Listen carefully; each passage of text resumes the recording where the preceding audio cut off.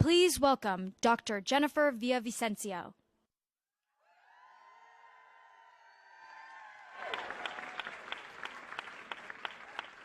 Hello, everyone. Thank you so much for being here today. My name is Dr. Jenny Villavicencio, and I'm a board-certified obstetrician-gynecologist. That means that I deliver babies, I perform cancer screenings, I perform life-saving surgeries, and I offer abortion care.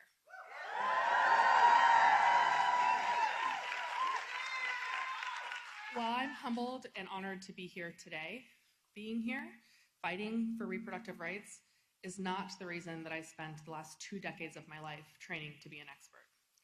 I dedicated those sleepless nights to becoming the very best doctor that I could, to offer compassionate, science-based care to my patients.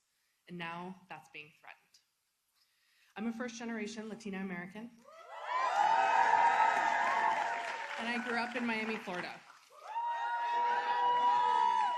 Part of my story in terms of becoming an abortion provider is that I used to oppose abortion. My journey to supporting women and people who need abortion care is a long one, filled with personal and professional experiences that helped me understand that pregnancy decisions are incredibly complex and unique to each individual person and their family. I realize that it's my duty as a doctor to show up for my patients, to be there for them no matter what it is that they need. I also understand that it can be uncomfortable talking or thinking about abortion. I used to feel that way. I also understand that it's possible to feel that discomfort and want to ensure that women and people who need access to critical care can get it. That is why the extreme government interference into healthcare that's happening right now is so terrifying. We're already seeing the impact of the overturning of Roe versus Wade on the health and lives of my patients and patients across America. And those who want to ban abortion, they want to go even further. They want a national ban. They want to put doctors like me, in jail for caring for patients with the very best science. They want to force young victims of sexual assault, those with devastating fetal diagnoses, and those who know they cannot be pregnant, they want to force them to give birth. All against a backdrop of a rising maternal mortality rate that makes giving birth today more dangerous than when our mothers did, even more so for Black and Indigenous women. We cannot let this continue. Election Day is in 3 weeks, and it's on us. We have to go out and vote for the people who are going to support us, who are going to stand up for us. Stand up for us, for you, and for your families, who are going to protect our ability to make carefully considered healthcare decisions. President Biden knows that the only people who should be involved in complex pregnancy healthcare decisions are that person, their chosen support network, and their doctor. And that's why I am deeply honored to stand here with him today.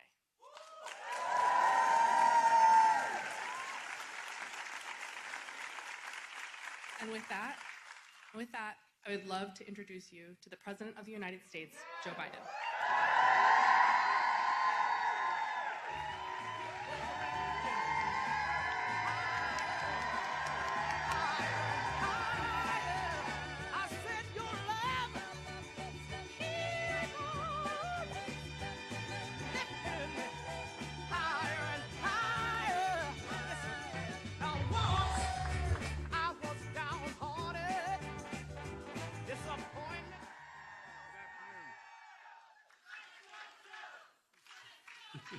Thank you.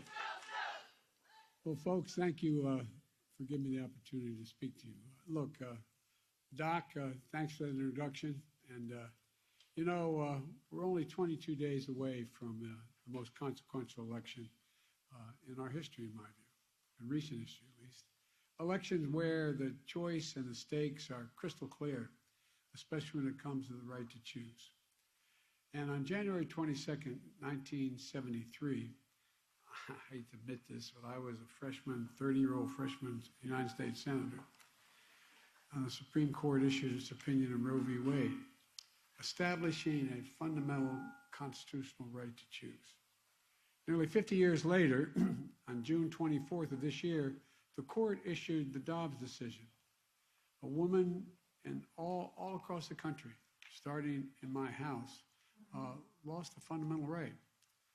I want to remind us all how we felt that day when 50 years of constitutional precedent was overturned.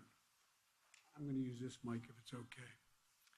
The anger, the worry, the disbelief, the unbelievable fact that for the first time in our history, the Supreme Court didn't just fail to preserve a constitutional freedom, it actually took away the right that was so fundamental to Americans.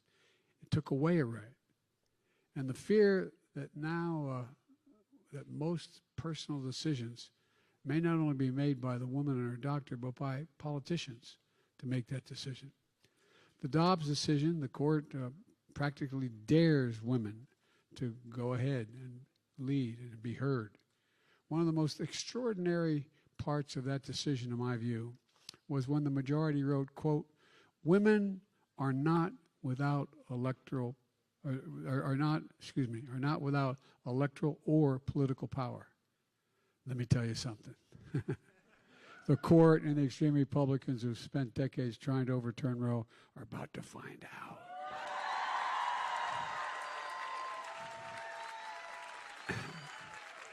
As they say in one of the towns, they ain't seen nothing yet.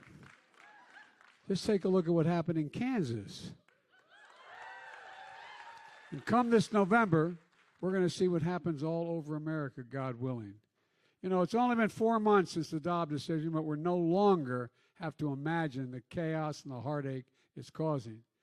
In just 4 months, abortion bans have gone into effect in 16 states. 26.5 million women of reproductive age already live in states subject to these bans. Today in America, there are women who have been turned away from emergency rooms while having miscarriages, losing wanted pregnancies, and told they need to wait until they are sicker before they get the care they need. And there are survivors of rape and incest who've been denied access to health services in their home states and been forced to travel to states that do provide that care. And there's so much confusion and uncertainty that doctors and nurses fear they could face criminal charges for just doing their job responsibly. Patients are being denied prescriptions that they've been taking for years for conditions like rheumatoid arthritis and osteoporosis, because pharmacies are concerned that those drugs could also be used to terminate a pregnancy. So they're not giving them their prescriptions. That's not all. I've warned about how this decision risks the broader right to privacy for everyone. There's a thing called the Ninth Amendment that says there's a right to privacy. That's how it was interpreted back then. Well, guess what, folks? That's because Roe recognized the fundamental right to privacy that has served as a basis for many more rights that were to come and we've taken for granted of late. And they're ingrained in the fabric of this country. The right to make a decision, the best decision for your health, the right to birth control, the right that I pushed hard and it finally got changed, the married couples in the privacy of their bedroom, I'm thinking about the Dobbs decision. Imagine, well, I'll get to that in a second with Clarence Thomas. But the right to marry who you love. Look, folks.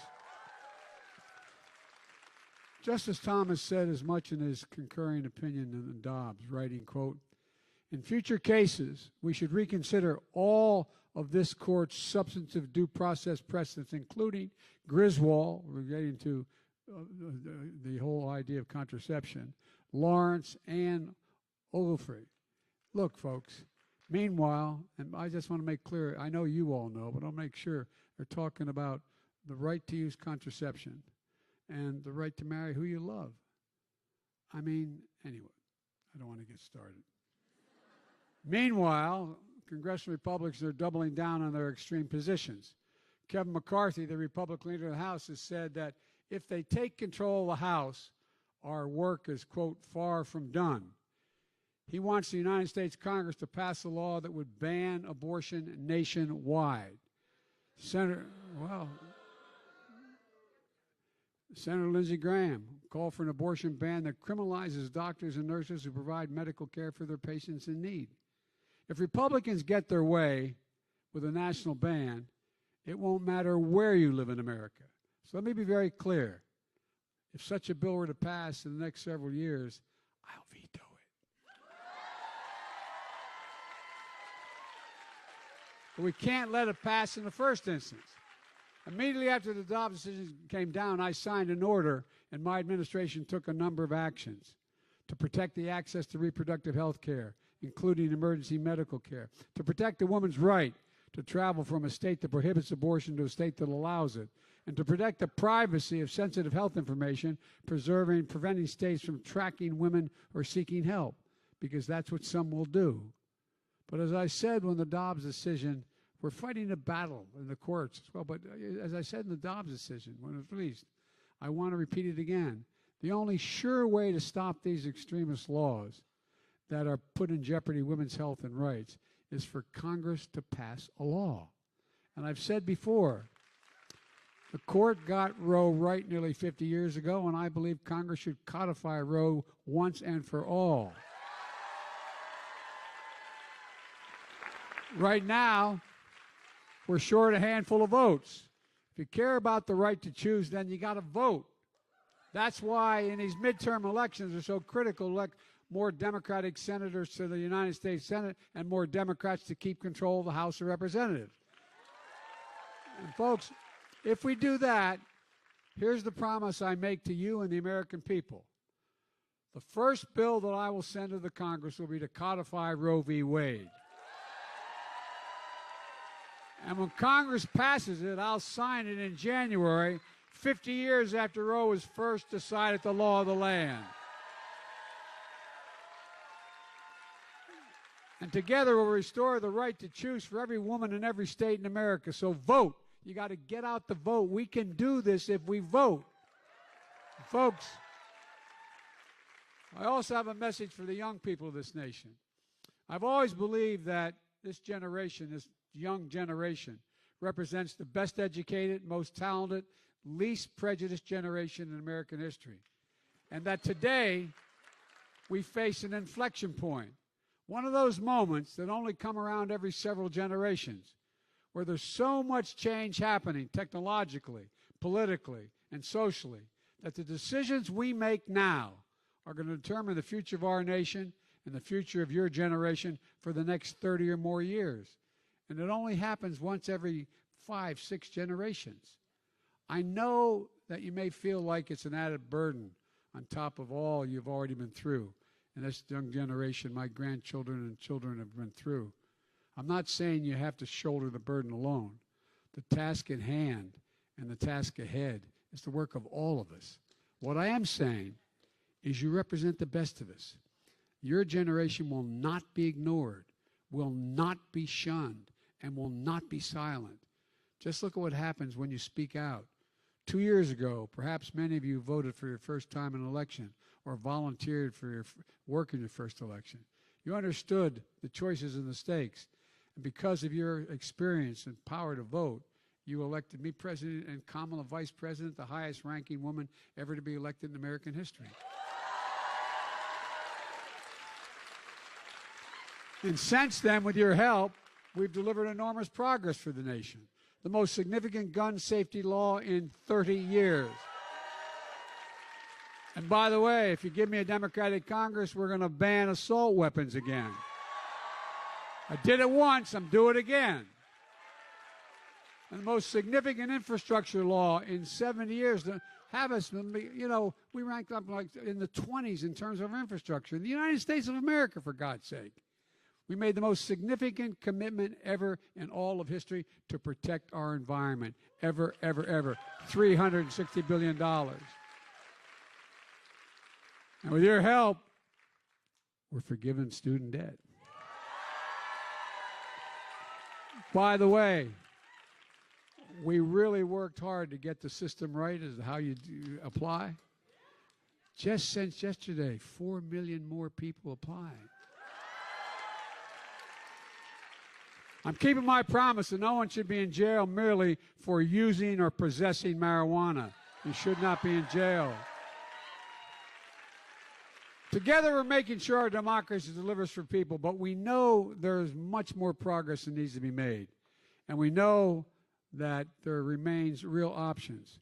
In 2020, you voted and delivered the change you want to see in the world. In 2022, you need to exercise your power to vote again for the future of our nation and the future of your generation. So let me close with this.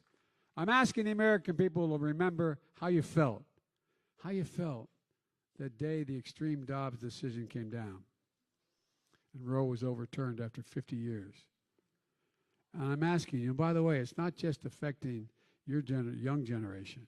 It's affecting children, moms, grandmoms, grandpops, all the entire generations, all the way across the board. And I remember asking, I want you to remember that the final say does not rest in the court now. It does not rest with extremist Republicans in Congress. And finally say about your right to choose that it rests with you. And if you do your part and vote, Democratic leaders in Congress, I promise you, will do our part. I'll do my part. And with your support, I'll sign a law codifying Roe in January. Together, let's remember who we are. We are the United States of America, and there's nothing beyond our capacity. So vote, vote, vote. God bless you all, and may God protect our troops. Thank you. I'm sorry.